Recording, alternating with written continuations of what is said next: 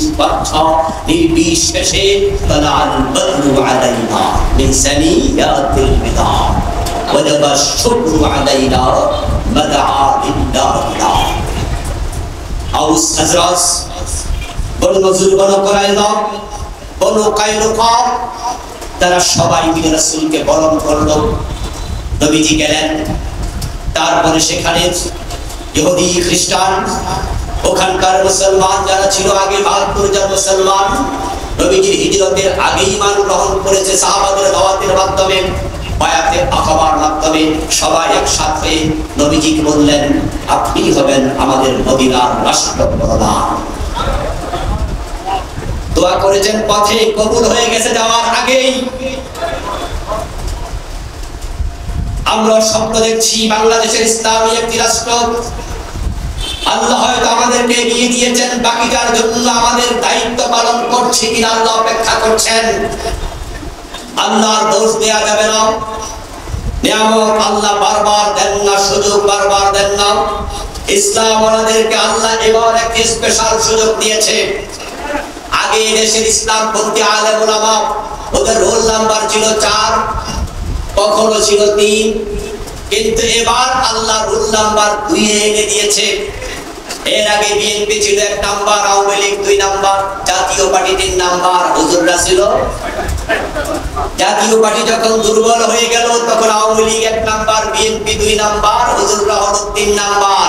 এবার আওয়ামী লীগ দেশছাড়া হয়ে গেছে, জাতীয় পার্টিও ম্রিয়মান হয়ে গেছে, বিনা কষ্টে আলেমরা ২ নাম্বারে এসে গেছে। আল্লাহ দ্বিতীয় জায়গায় রেখেছেন এই দেশের আলেমদেরকে। এখন দল আছে মাত্র ২টা, একটা হচ্ছে বিএনপি, আরেকটা হচ্ছে ইসলামপন্থী। জাতীয় পার্টির অবস্থা ভালো না, নিষিদ্ধ হওয়ার সম্ভাবনা আছে। কি দেখেন না পত্রপত্রিকায় কথা উঠেছে, জাতীয় পার্টি তো নিষিদ্ধ করো। তাহলে আওয়ামী লীগ অলরেডি নিষিদ্ধ, জাতীয় পার্টি নিষিদ্ধ হওয়ার পথে। তাহলে এখন দল ১ নাম্বার হলো বিএনপি, দ্বিতীয় নাম্বারে বিনা কষ্টে হুজুররা এসে গেছে। এখন যদি আমরা একটু ধাক্কা মারতে পারি, হতে পারে আমরা ১ নাম্বারে চলে আসবো।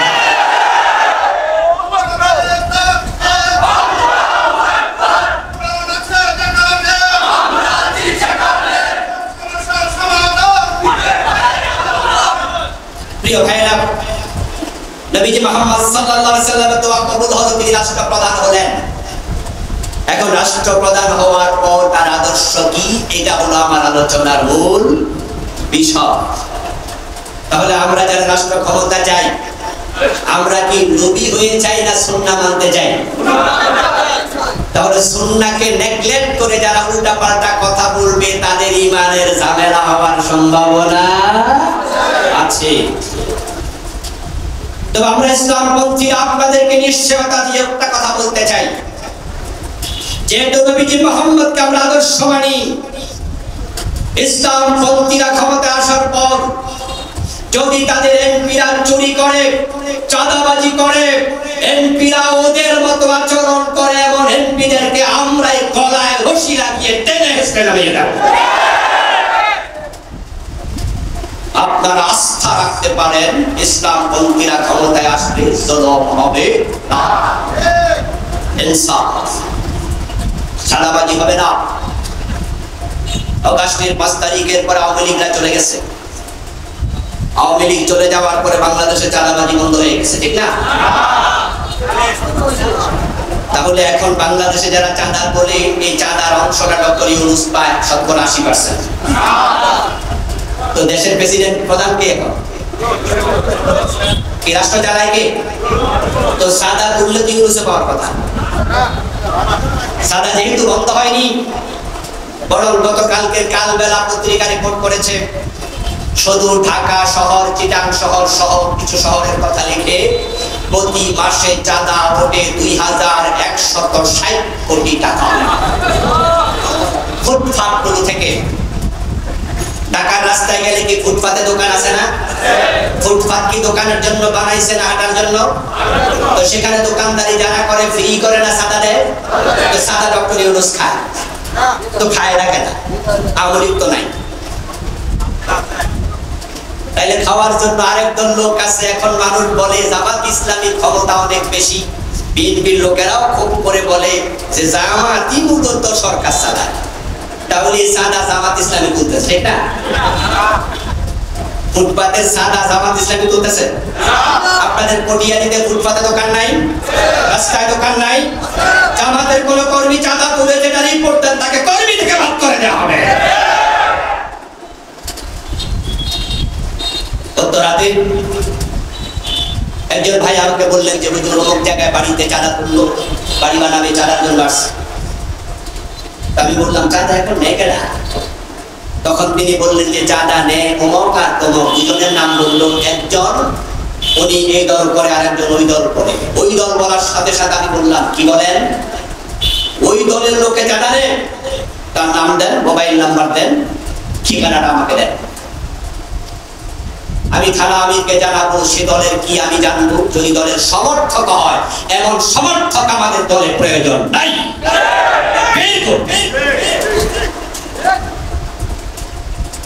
আমরা চ্যালেঞ্জ দিয়ে বলবো, বাংলাদেশ জামাত ইসলামী কোথাও চাঁদাবাজি করে না। যদি জামাতের নাম ভাঙিয়ে কেউ চাঁদাবাজি করে, আপনারা বিশ্বাস রাখেন সে জামাতের কেউ না। আর যদি বাস্তবে প্রমাণ হয় জামাতের কেউ, তাকে দলে এক সেকেন্ড রাখা হবে না। এবার বলুন তো, যদি আমাদের হাতে রাষ্ট্র ক্ষমতা দেন, রাষ্ট্রে কি চাঁদাবাজি হবে? বেইনসাফি হবে? জুলুম হবে? নবী মুহাম্মদ আমাদের আদর্শ, লাকাদ কানা লাকুম ফি রাসূলিল্লাহি উসওয়াতুন হাসানাহ। রাসূলুল্লাহ সাল্লাল্লাহু আলাইহি ওয়াসাল্লাম মদিনার রাষ্ট্রপ্রধান হলেন, ওই তিনি এবার ইসলামের বিধানগুলো কার্যকর শুরু করলেন। ইসলামের বিধান সমাজে কার্যকর করা, প্রয়োগ করা, এটা ঈমানের অংশ। অনেকে বলে হুজুর আপনারা এই রাজনীতির ওয়াজ করার কারণে কত জায়গায় মাইর খান, দুরানি খান। এবার আপনাদের এলাকায় আমি গ্রেফতার হয়েছি, মনে আছে তো নাকি? এই পটিয়ারি থানা পুলিশ আমাকে গ্রেফতার করেছে। রাতে 2টা পর্যন্ত আমার 3 থানায় ঘুরাইছে। আপনাদের পোলের ঘাট থেকে ধরলো, তারপর একসাথে কিশোরগঞ্জ সদরে নিল, থানায় নিয়ে 2-3 ঘন্টা বসায় রাখলো। তারপর পাকুন্দিয়া থানার দিকে নিল, ওখানে পাবলিক যায় নাকি থানা আক্রমণ করবে, খবর পাইয়া ওখান থেকে আবার পটিয়ারি আনলো। রাতে 2টা দিকে আমাকে ছাড়লো। এই যে আমাকে অ্যারেস্ট করলো, আপনাদের এলাকায় 4-5 বছর মাহফিল করতে পারি নাই, এজন্য কি আমার হক কথা আমি বন্ধ করছি? যদি গলার মাঝে রশি লাগিয়ে দেওয়া হয়, সেই রশির ছিদ্রে আঙ্গুল ঢুকাইয়া কথা বলার শক্তি থাকলে তাও আল্লাহ দিনের কথা বলে যাব, কেউ থামাতে পারবে না।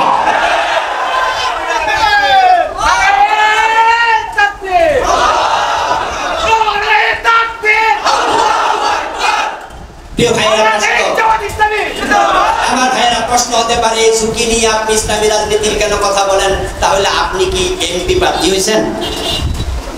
না, আমি কোন এমপি প্রার্থী হইনি, আমি কোন অঞ্চলের নবীরই নই। তো জামাত ইসলামের ক্ষমতা আসলে আমার লাভটা কি? সাদা খাইলেও তার আমি পাবো। এমপির বেতন আছে, সরকারি বেতন আছে না? ওই বেতনকে এমপি আমারে দিব, তা আমার লাভ কি? আমি এই ঝুঁকি কেন নেই? কারণ ইসলামী রাজনীতি করে ইসলামকে ক্ষমতায় নেয় আমি ঈমান মনে করি। আল্লাহর বিধান সমাজে প্রতিষ্ঠা করা, এটা ঈমান, এটা ইসলাম। কোরআনে আল্লাহ বলেছেন, মান লাম ইয়াহকুম বিমা আনজালাল্লাহ ফাউলাইকা হুমুস যালিমুন ফাউলাইকা হুমুল ফাসিকুন ফাউলাইকা হুমুল কাফিরুন। যদি আল্লাহর বিধান সমাজে প্রতিষ্ঠিত করা না হয়, যারা আল্লাহর আইনে সমাজ রাষ্ট্র চালাবে না, বিচার চালাবে না, দেশ চালাবে না, তারা ফাসিক, তারা জালেম, তারা কাফের। কে বলেছেন? তিন আয়াত। ওমান লাম ইয়াহকুম, যারা হুকুম চালাবে না, বিমা আনজালাল্লাহ, আল্লাহ যে কোরআন নাযিল করছেন সে কোরআন দিয়ে, ফাউলাইকা হুমুল ফাসিকুন, এগুলো ফাসিক। ফাউলাইকা হুমুস যালিমুন, এগুলো জালেম। ফাউলাইকা হুমুল কাফিরুন, এগুলো কাফের। তাহলে আল্লাহর আইনে দেশ চালানো এটা ঈমানের অংশ না। চালাইলে ফাসিক হয়, জালেম হয়, কাফের হয়। আমরা মরতে রাজি, কাফের রাজি না। তাহলে আল্লাহর আইনের পক্ষে কথা বলা, ভোট দেওয়া, প্রয়োজনে টাকা দেওয়া, এটা কি নিছক রাজনীতি নাকি ঈমান? এটা ঈমানের অংশ। আমার রাসূলের জন্য দোয়া করছে, আল্লাহ তুমি আমাকে রাষ্ট্র ক্ষমতা দাও। রাষ্ট্র ক্ষমতায় গিয়ে তিনি ফৌজদারি বিধান চালু করে দিলেন। এখন আর সমাজে চুরি নাই, চুরি হলে হাত কাটো। মাদক নাই, মদ খাইলে আসিবেন লাগাও। ভারী বাংলাদেশের যুব সমাজ মাদকের কারণে ধ্বংস হয়ে যাচ্ছে। ইসলামকে একটাবার ক্ষমতায় দিন, পরীক্ষার জন্য শুধু দিন। 54 বছর আপনারা অনেক দল দেখেছেন, কিন্তু ইসলাম তো দেখেননি। জাতীয় পার্টিকে দেখেছেন, আওয়ামী লীগকে দেখেছেন, বিএনপিকে দেখেছেন, জাতীয়তাবাদ দেখলেন, ধর্মনিরপেক্ষতা দেখলেন। দেখার বাকি শুধু ইসলাম। শুধু 5 বছরের জন্য টেস্ট করতে ইসলামকে একটাবার দেখান, আমরা 1 মাসের ভিতরে বাংলাদেশকে মাদক মুক্ত করে দেব।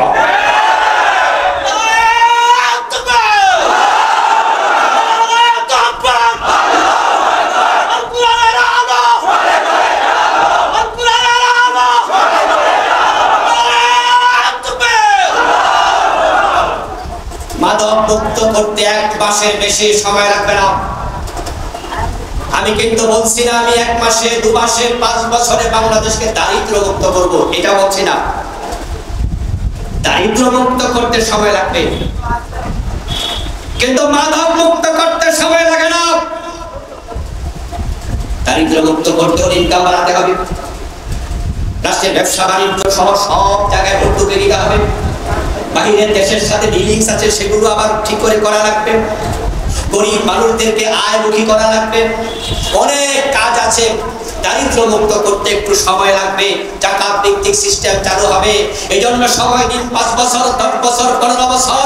কিন্তু মাদক মুক্ত করবো আমরা 1 মাসে। শুধু আইজিপি কে আমরা বলে দেব, তুমি সব থানা ওসি কে বলে দাও, সেই থানার সীমানায় মদের বোতল পাওয়া যাবে। ওই ওসি চাকরি থাকবে না। 1 মাস নয়, 1 সপ্তাহে বন্ধ হয়ে যাবে।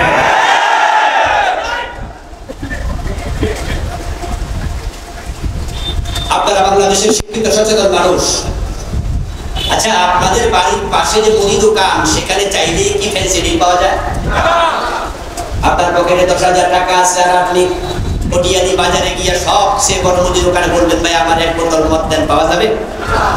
মাদক এত সস্তা নয় বাংলাদেশে। আছে, তবে চুরি করে, গোপনে গোপনে। মদ ফ্যাক্টরির কোন মেয়াদ উৎপাদনের কোন ফ্যাক্টরি বাংলার সীমানায় নেই। ইয়াবা আসে সবগুলো মিয়ানমার থেকে, ফেন্সিডিল সবগুলো আছে ইন্ডিয়া থেকে। অন্যান্য মাদকের চোরাচালান আমাদের সীমান্ত দিয়ে আসে, চোরাই পথে আসে। আমরা বিজিবিকে বলে দেব, বাংলার সীমানায় কোনো মদ ঢুকবে না। যিনি বিজিবি কমান্ডার, তাকে বলে দেওয়া হবে, 1 বোতল মদ ঢুকবে, তোমার চাকরি থাকবে না। এটা কোনো ব্যাপারই না, একটা অর্ডারে মাদক মুক্ত হয়ে যাবে। আর রাষ্ট্রপ্রধান ঘোষণা করে দেবে, ডক্টর শফিকুর রহমান প্রধানমন্ত্রী হবেন, উনি এমপি হবেন, উনি মন্ত্রী হবেন।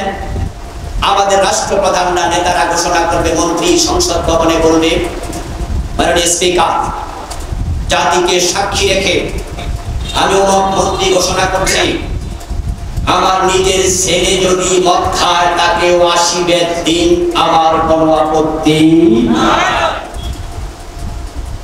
ডক্টর শফিকুর রহমান প্রধানমন্ত্রী হয়ে যদি ঘোষণা দেয়, আমার ছেলে মদ খেলে তাকে 80 বেদ দিতে হবে, প্রকাশ্যে জনসম্মুখে টেলিভিশন চ্যানেলের সামনে এই খবর শুনলে যারা আছে নিচের দিকে, ওরা বলবে আর মদ খাওয়া লাগবে না, প্রেসিডেন্টের ছেলের পিঠে চামড়া নাই, আমি কোন বলবে তারের মতো সোজা হয়ে যাবে। আপনাদের কাছে আবার জিজ্ঞাসা, আপনারা কি মাদক মুক্ত বাংলাদেশ চান? মাদক মুক্ত বাংলাদেশ চান? সবাই চান?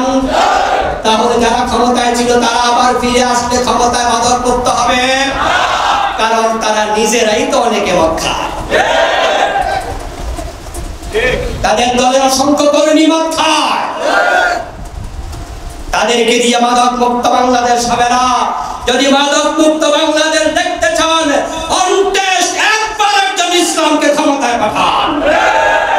সুযোগ সামনে আসছে। নবীর আদর্শ, তিনি উম্মার ঐক্য, সংহতি, নিরাপত্তা তৈরি করলেন। হিজরতের পরপরই মদিনার লোকদেরকে ডাকলেন। আউস, খাজরাজ, বনু নজির, বনু কুরাইজা, বনু কাইনুকা সকলকে নিয়ে বসলেন। বসে তিনি একটি লিখিত সংবিধান বানালেন। সে সংবিধান হচ্ছে পৃথিবীর প্রথম লিখিত সংবিধান, মদিনার সনদ। ভ্রাতৃত্ব স্থাপন করলেন আউস খাজরাজের মাঝে, আনসার মুহাজিরের মাঝে। ঘোষণা করে দিলেন, আমরা যুদ্ধ চাই না। আউস খাজরাজ বছরের পর বছর তারা নিজেরা যুদ্ধ করেছে। নবীজি লিখিত সংবিধান বানালেন সকলকে ডেকে, যে মদিনায় আমরা কেউ কারোর সাথে প্রত্যেকে আর যুদ্ধ করব না। যুদ্ধ হয়েছে মক্কার লোকদের সাথে, উহুদ, বদর, খন্দক, প্রত্যেকটা যুদ্ধ মক্কার লোকদের সাথে হয়েছে। মদিনায় যুদ্ধ নাই, মদিনায় শান্তি প্রতিষ্ঠিত হয়ে গেছে। কিন্তু ষষ্ঠ হিজরির জিলকদ মাসে নবীজি সাল্লাল্লাহু আলাইহি ওয়াসাল্লাম যখন উমরা করার জন্য রওনা দিয়েছিলেন মক্কায়, মক্কার লোকেরা বাধা দিয়েছে হুদায়বিয়া নামক জায়গায়। সেখানে আরেকটা সন্ধি হলো মক্কার মুশরিকদের সাথে। সেই সন্ধির মাঝে একটা সত্য ছিল, আগামী 10 বছর আমরাও যুদ্ধ করব না। আমার নবীর জন্যই তো আদর্শ, কারণ তিনি ছিলেন শান্তির পক্ষের মানুষ। আল্লাহ শিখিয়েছে মূলনীতি আসলহ খাইর, সন্ধি সর্বোত্তম জিনিস। এজন্য ইসলামের মূলনীতির মাঝে একটা হচ্ছে যুদ্ধ নয়, শান্তি চাই। ইসলাম যুদ্ধের মাঝে বিজয় হয়নি, ইসলাম তলোয়ার দ্বারা পৃথিবীতে বিজয় হয়নি।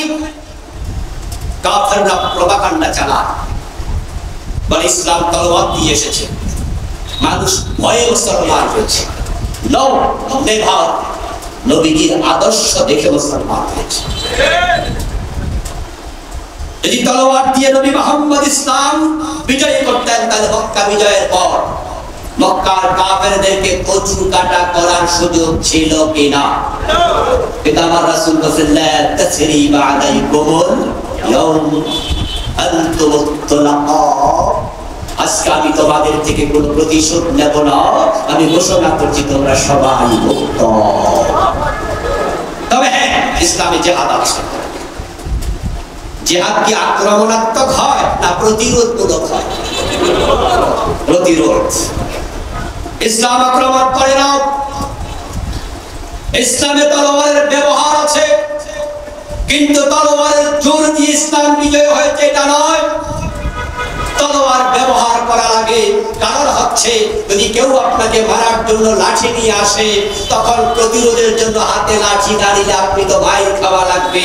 বাধ্য হয়ে হাতে আপনাকেও লাঠি নিতে হবে। কিন্তু আপনি দায়ী না, প্রথমে যে লাগাইছে যুদ্ধ সেটাই, ঠিক না? আমার রাসূল শান্তি প্রতিষ্ঠা করলেন, ইসলামের দাওয়াত সম্প্রসারণ শুরু করলেন। বিভিন্ন রাষ্ট্রের রাষ্ট্রপ্রধানদের কাছে চিঠি লিখতে থাকলেন। নবীজির চিঠির ভাষা ছিল বড় ছোট্ট, একবারে 2 লাইন, 1 লাইন, সামান্য। তিনি চিঠি লিখেছেন, মিন মুহাম্মদ রাসূলুল্লাহ সাল্লাল্লাহু আলাইহি ওয়াসাল্লাম, আসলিম তাসলাম। চিঠি শেষ। আল্লাহ রাসূল মুহাম্মদের পক্ষ থেকে তোমাকে লিখছি। কি লিখছি?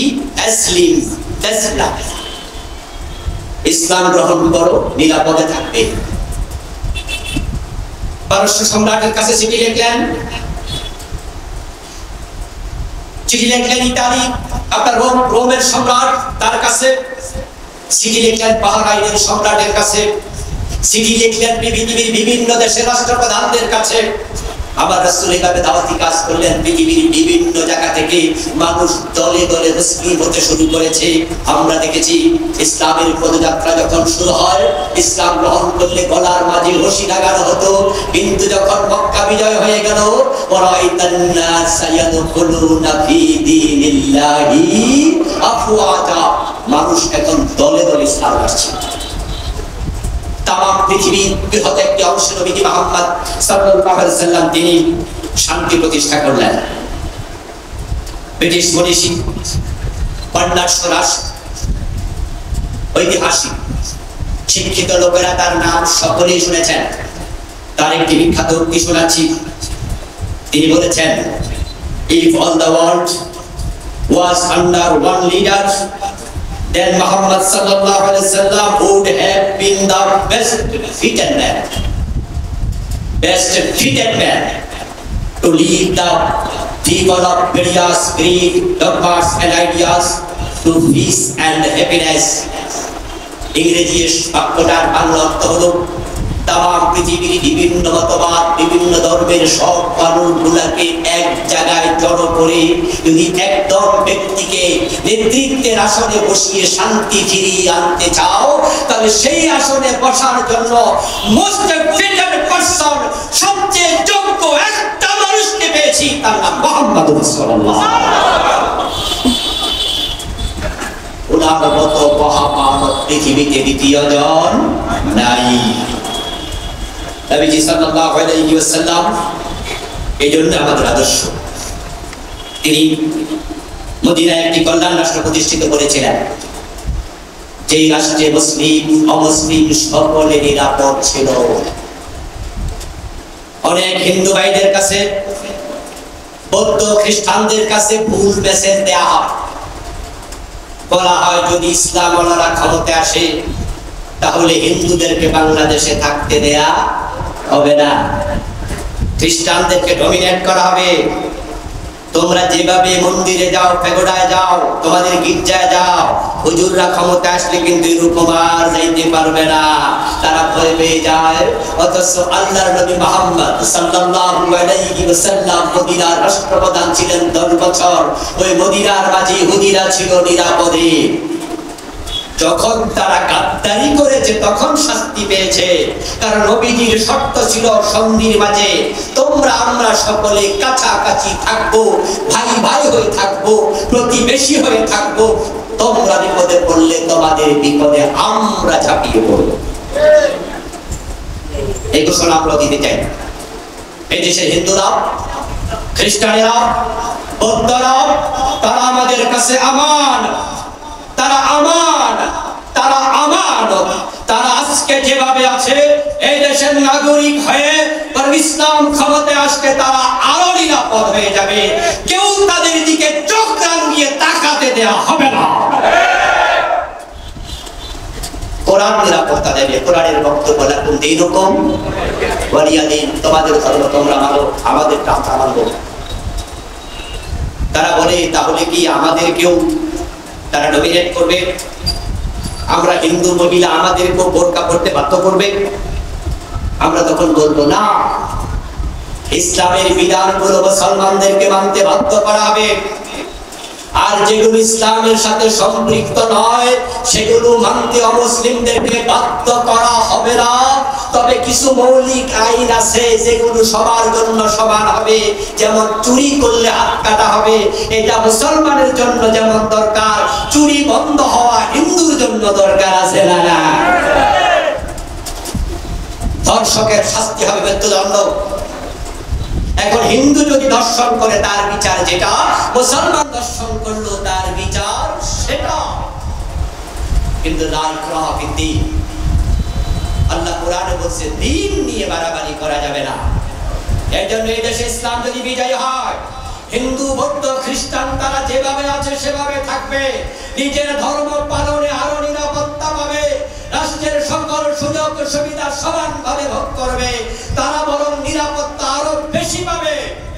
ভয় পাওয়ার কোনো কারণ নাই। নবীজি মুহাম্মদ সাল্লাল্লাহু আলাইহি ওয়াসাল্লাম যেহেতু আমাদের আদর্শ, আমি শুরুতে বলেছি ওনাকে নিয়ে কথা বলা সমুদ্র থেকে বালতি দিয়ে পানি তোলার মতো কিছু হয় না। আমাকেও সিলিপ দিচ্ছে, আর 5 মিনিট বাকি আছে আজানে, এর আগে কথা বললো আমাদের বিষয়। তাহলে আমি তো বালতি দিয়েও পানি তুলতে পারলাম না। নবীজিকে আরো করতে হবে, আরো জানতে হবে। রাসূলুল্লাহর জীবনের উপর একটি বই লিখেছি আমি গত বছর, নাম দিয়েছি যেমন ছিলেন প্রিয় রাসূল সাল্লাল্লাহু আলাইহি ওয়াসাল্লাম। ওনার দৈহিক অবকাঠামো, ওনার কর্মমুখর দাওয়াতি জিন্দেগি, উনি দেখতে কেমন, কর্ম কেমন, কথা কেমন, শোয়া কেমন, খাবার কেমন। আমি 280 পৃষ্ঠার একটি বই লিখেছি। এই বইটি পড়লে আপনারা আরো অনেক কিছু জানতে পারবেন। অন্য লেখকের বই পড়বেন, রাসূলকে জানবেন, মানবেন। নিচে আমার গাড়ি আছে, গাড়িতে বইটা আছে, যারা নিতে চান যাওয়ার সময় নিয়ে যাবেন। আল্লাহ নবীজিকে আদর্শ মেনে তার সুন্নাহ জীবনে ধারণ করে তোমার নবীর সাথে জান্নাতে যাওয়ার তৌফিক সকলকে দাও, বলেন আমিন। হাযা বা'দি ওয়াল ইলমু আল্লাহ আলাইহি।